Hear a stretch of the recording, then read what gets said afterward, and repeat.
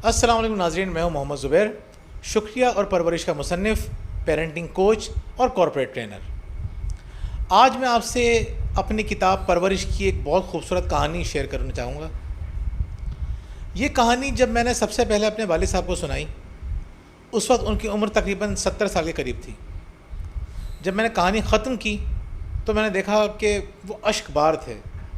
یہ کہانی سنتے سنتے ان کے آنسو مسلسل بہتے رہے۔ یہی کہانی جب میں نے اپنے ٹریننگ پروگرام کے اندر مختلف خواتین کو سنائی، جو کم عمر بھی تھیں اور زیادہ عمر کی بھی تھیں، ان کی کیفیت بھی کچھ اسی قسم کی تھی۔ آج میں آپ سے ایک کہانی شیئر کروں گا اپنی کتاب سے، آپ سنیے اور اس کے بعد فیصلہ کیجئے کہ آپ کو اپنے والدین کے ساتھ کس طرح کا رویہ رکھنا ہے، آپ کو کیا کرنا ہے۔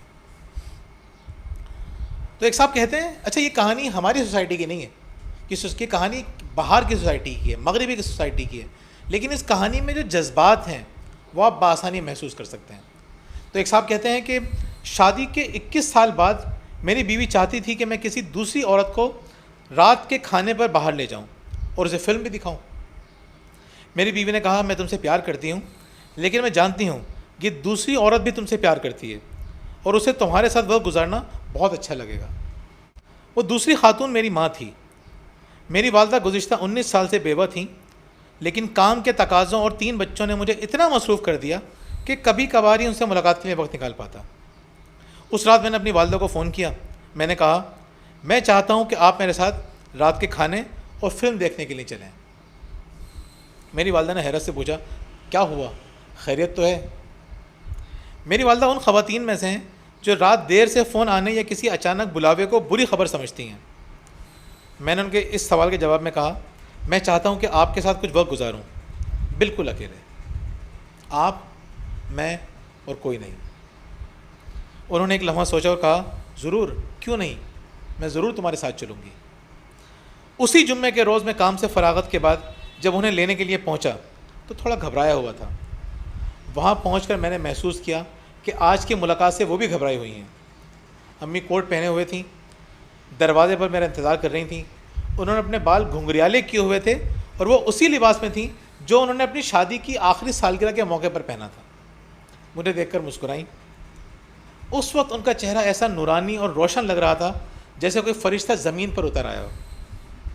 کار میں بیٹھتے ہوئے مجھ سے کہنے لگیں، میں نے اپنے دوستوں کو بتایا کہ میں اپنے بیٹے کے ساتھ باہر گھومنے جاؤں گی تو وہ بہت متاثر ہوئیں۔ وہ سب ہماری ملاقات کے بارے میں جاننے کے لیے بےتاب ہیں۔ ہم ایک ریسٹورنٹ میں گئے جو بہت شاندار تو نہیں تھا، لیکن نفیس اور آرام دہ ضرور تھا۔ میری والدہ نے میرا بازو اس طرح تھام لیا گویا وہ خاتون اول ہوں۔ بیٹھنے کے بعد مینیو مجھے پڑھنا پڑا کیونکہ میری والدہ نظر کی وجہ سے صرف بڑے اور واضح الفاظ ہی پڑھ سکتی تھیں۔ مینیو پڑھنے کے دوران میں نے اپنی والدہ کی طرف نظر اٹھائی تو انہیں اپنی طرف ہی دیکھتے ہوئے پایا۔ وہ مجھے دیکھے جا رہی تھیں۔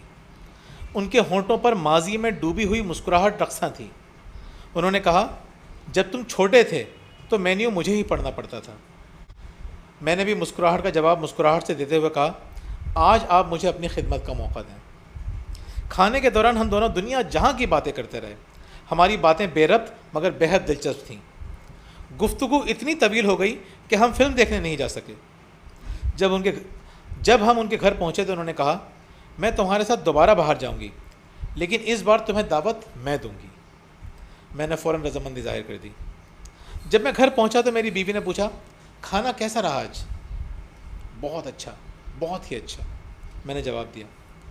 کچھ دن بعد میری ماں کا انتقال ہو گیا، اچانک۔ ایک دل کے دورے سے سب کچھ اتنی جلدی ہوا کہ میں کچھ بھی نہیں کر پایا۔ کچھ دن بعد مجھے ایک لفافہ موصول ہوا جس میں اسی ریسٹورنٹ کی رسید تھی جہاں میں اور میری ماں رات کا کھانا کھا کر آئے تھے۔ اس کے ساتھ ایک نوٹ بھی لگا ہوا تھا جس پر تحریر تھا، میں نے یہ بل ایڈوانس میں ادا کر دیا ہے، مجھے نہیں معلوم کہ میں وہاں آ بھی پاؤں گی یا نہیں، پھر بھی میں نے 2 سیٹوں کا انتظام کروایا ہے، ایک تمہارے لیے اور ایک تمہاری بیوی کے لیے۔ اور شاید تمہیں اندازہ نہ ہو کہ جس رات ہم کھانے پر گئے تھے وہ رات میرے لیے کتنی اہم تھی۔ آئی لو یو میرے بیٹے۔ اس لمحے مجھے اندازہ ہوا کہ وقت پر پیار کا اظہار کر دینا کتنا ضروری ہوتا ہے، اور کتنا ہی ضروری ہوتا ہے کہ ہم اپنے چاہنے والوں کے لیے وقت نکالیں جس وقت کے وہ حقدار ہیں۔ زندگی میں فیملی سے بڑھ کر اہمیت کسی چیز کی نہیں. انہیں وقت دیں کیونکہ یہ کام آپ کسی آنے والے وقت پر نہیں چھوڑ سکتے. آپ یقین کریں وقت بہت تیزی سے گزر جاتا ہے. جن لوگوں کے والدین کا انتقال ہو چکا ہے آپ ان سے ملاقات کریں, بات چیت کریں. ان کی زندگی میں آپ کو ایک بہت بڑی تکلیف یہ نظر آئے گی کہ وہ اپنے والدین کو وقت نہ دے سکے. یقین کریں وہ لوگ جنہوں نے اپنے والدین کی بے پناہ خدمت کی انہیں بھی اس بات کی کمی خلش محسوس ہوتی ہے. وہ سوچتے ہیں کاش ہم اور خدمت کر دیتے, ہم نے کچھ نہیں کیا. اور وہ بچے جو اپنے والدین کو وقت نہیں دے پاتے, یقین کریں جب آپ ان سے بات کریں گے تو آپ کو وہ بے انتہا پریشان نظر آئیں گے. ایک گلٹ, احساس ندامت آپ کو نظر آئے گا جو ان کو اندر ہی اندر کھا رہا ہوگا. اپنے والدین کو جو لوگ وقت دیتے ہیں وہ بہت ہی مطمئن اور خوشحال نظر آتے ہیں, اور جو لوگ اپنے والدین کے لیے وقت نہیں نکالتے یقین کریں وہ اندر سے بہت خالی ہوتے ہیں. اگر آپ چاہتے ہیں کہ آپ اندر سے مطمئن رہیں, اگر آپ چاہتے ہیں کہ آپ اپنے آپ سے مطمئن رہیں, آپ کا رب آپ سے خوش رہے, تو اپنے والدین کو وقت دیجیے.